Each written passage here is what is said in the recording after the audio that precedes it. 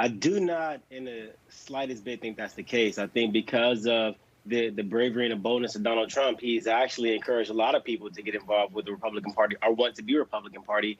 I know myself, especially speaking for the Black community, there's a lot of men who want to be Republican because we don't see any avenue for us to be a part of the Democratic Party. The women supported the Democratic Party. Now it's time for the men to support the Republican Party. Of course, as we looked in the 2020 election, Donald Trump was able to increase support among minority communities. And potentially part of the draw was the MAGA aspect of the party that Donald Trump brought to Republicans. And then, of course, you're also dealing with those more establishment members of the party.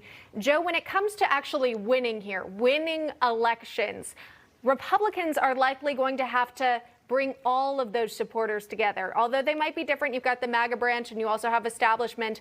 In order to win, you've got to bring everyone together. How do you see that playing out going forward?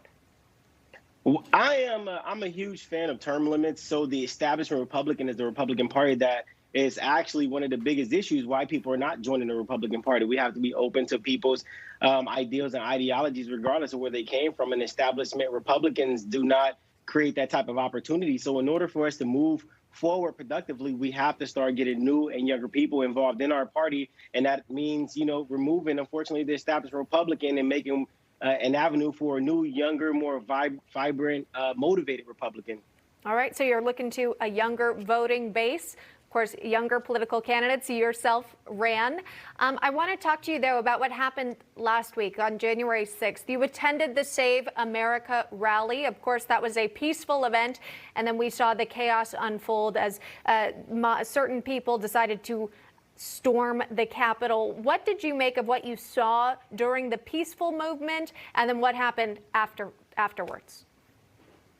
Well, we were listening to the president speak, my team and I, and we saw the police cars moving up and down the street very rapidly. So I told my team that it was time for us to get out of there. Shortly after, we are watching the Congress vote on the president, and all of a sudden you hear people storm the Capitol. Then you hear that there were gunshots fired. You hear that somebody was killed, and our condolences goes out to those families of the people who were killed and injured.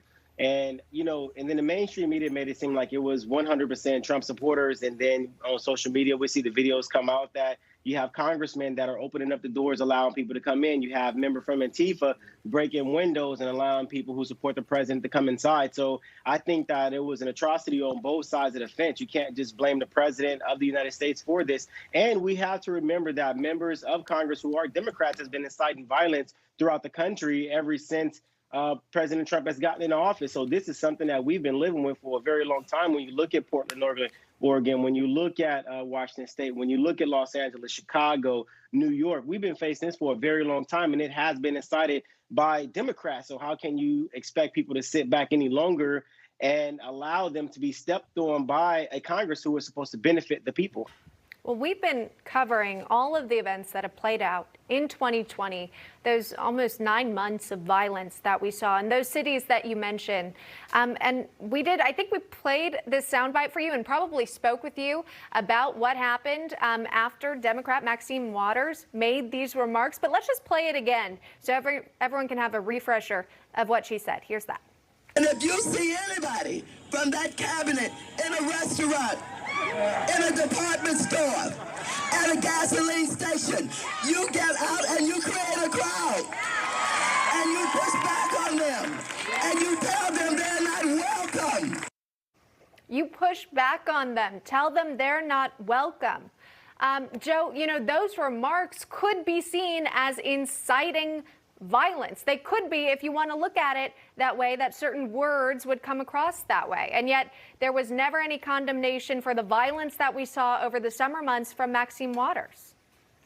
It never is condemnation for any Democrats. That's why, my team and I, we filed a House ethics complaint against Maxine Waters because the words that she say are words that she absolutely lives by and she expects people to follow. But Maxine Waters is a prime example of why we need term limits. This type of idiocracy is what's been going on in the United States for a very long time. You hear from Nancy Pelosi. You even hear from, I guess you can call her future Vice President Kamala Harris or what have you.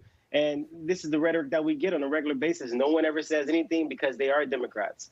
Well, I know you ran in Congresswoman Waters' district, so perhaps you would consider. Are you thinking about maybe moving to a different location? Are you planning to try it again? What are your thoughts? I know you want term limits here, but first you got to get into office.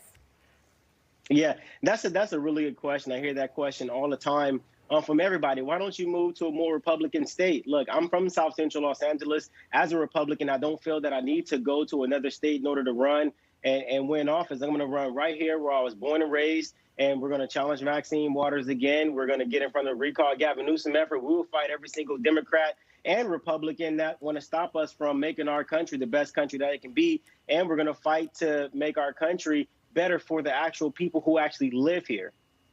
All right, so again, what's going on in the House right now, we're keeping a live look. The House taking the procedural vote ahead of a second impeachment for President Trump. Joe, stand by if you don't mind. I want to bring in our panel of the day. They're standing by. We have Anna Paulina Luna, a former Republican congressional nominee and also executive director of the ALP PAC. Also welcoming in Amber Athey, the director of the Washington editor, of The Spectator. Good to see both of you here. Anna Paulina Luna, I will go to you first and just ask you to react to what we're seeing playing out in the House this morning. Again, this effort to impeach President Trump for the second time. I mean, we're seeing a complete disaster. These people are the same people that are talking about unity in America, and yet they're moving forward, trying to impeach the president as he has now, 7 days left. I think it's going to be backfiring, but what we need to know, what I saw on that screen right there, is pay attention to those no vote columns. Those are people who are actively choosing not to participate and choosing side on this. What we're seeing happening is wrong, and all of those people that are not engaging are also part of the problem, because when you see something wrong, you stand up to it. It shouldn't be happening. And what I tell everyone watching this show right now is get involved in local politics, because what's happening in our country right now is awful.